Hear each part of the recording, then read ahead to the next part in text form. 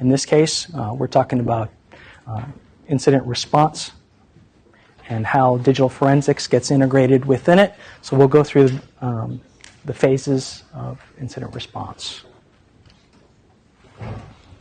Okay, so this preparation, IR preparation, is when you already have a team, right? Having a plan, a solid, well thought out plan is critical.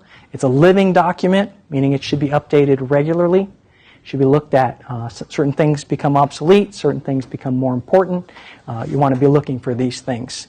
And this is exactly, this is a slightly different, but it actually does affect the digital forensics capability or digital forensics team as well.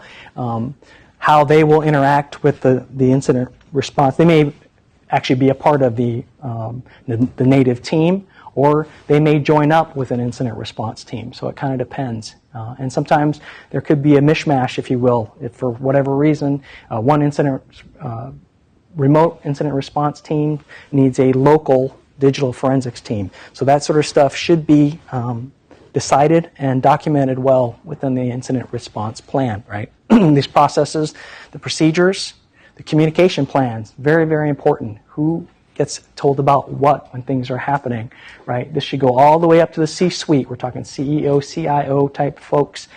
When are they notified? Who else do you bring in? Legal counsel? Do you bring in HR? Are you talking to those folks as things happen? Sometimes the communications team, and I'm talking about the folks who actually interact with, if you have a company, the people who interact with the mass media.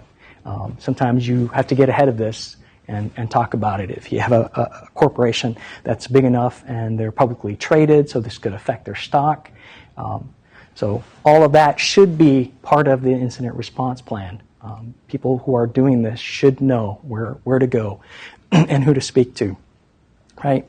And the measurement of metrics. Part of the metrics that we're talking about, right? How much time, man hours are you spending on doing this? Cost-wise.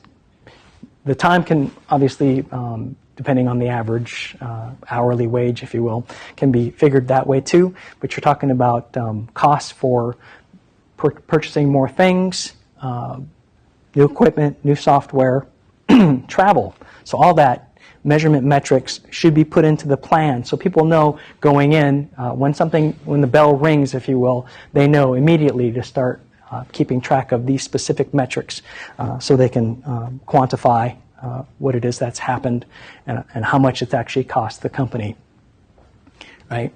And then having a risk assessment ahead of time and identification of assets in advance.